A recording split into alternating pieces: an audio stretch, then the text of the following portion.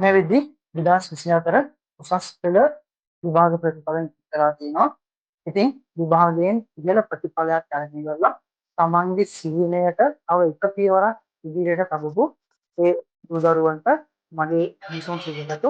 ඒ වගේම මේ විභාගයේ තමන්ගේ සීලය තමන්ගේ ඉලක්කයට ගන්න බැරි වුණොත් ලොකු ප්‍රතිඵලයක් ලබා ගන්න බැරි වුණොත් ඒ වගේම සමහර විට ෆේල් වුණොත් දරුවන්ට මම කියන්න තියෙන්නේ තමයි අපේ ජීවිතය අපි ජීවිතවල ඉවර වෙලා පෙරදුනොත් අපිට මතක හිටින්නේ ඒ පරාජයම.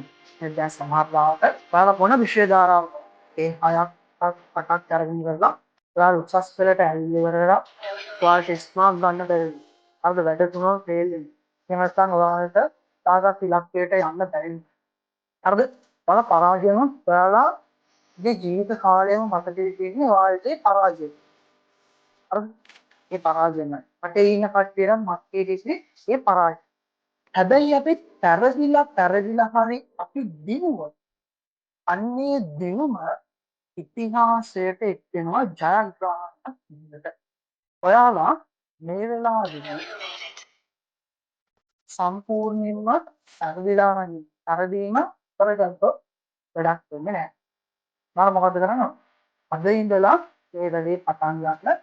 ඔයාලා පෙරදිලා ඔයාලා දිනුවොත් ඔයාලා කොහොම හරි සර්වංශයිකෙන් කියනවා වෙබ්සයිට් කියනවා ඔයාලා ඉංජිනේර කෙනෙක් ඔයාලා ડોක්ටර් කෙනෙක් ඔයාලා ලෝයර් කෙනෙක් නැත්නම් ඉහළ සමාජයේ ඉහළයයි පිළිගන්නා කෝස් එකකට නේද විශ්වවිද්‍යාලයකට ඇතුළත් ඊට පස්සේ අපි පෙරදිච්ච ඒවා කවරවත් අපිට දෙන්නේ අර නෑනෑයන්ටවත් ආටවත් මම දෙන්නේ අපි ඒක පෙරදිච්ච ඒවා ඒතර අපිට අර ලැබෙන කවුරුද ඒ විදිහට ඒ නිසා ඔයාලා අද ඉඳලම මේ වැඩට නැවත පටන් ගන්න අර අද ඉඳලම ඔයාලා සර්ච් කරලා නැත්නම් කවුරුසයිට් එකක් ඇතුලේ දිවන් ඒ පැටලෙන් යනවා ඔයාලට ඒකලා වෙන මාර්ග ඕන තරම් අර තාක්ෂණික පුහුණුව ආයතන තියෙනවා නැත්නම් ඕපන් යුනිවර්සිටි තියෙනවා අර එහෙම නැත්නම් සල්ලි තියෙනවා නේද ප්‍රයිවට් විද්‍යාවක් කරන්න පුළුවන් ඕන තරම් ඉගෙන ගන්න මාර්ග තියෙනවා ඔයාලගේ සීමය අතර ගන්න එපා වෙන මාර්ගයකින් හරි ඔයාලගේ ජීවිතය හදාගන්න.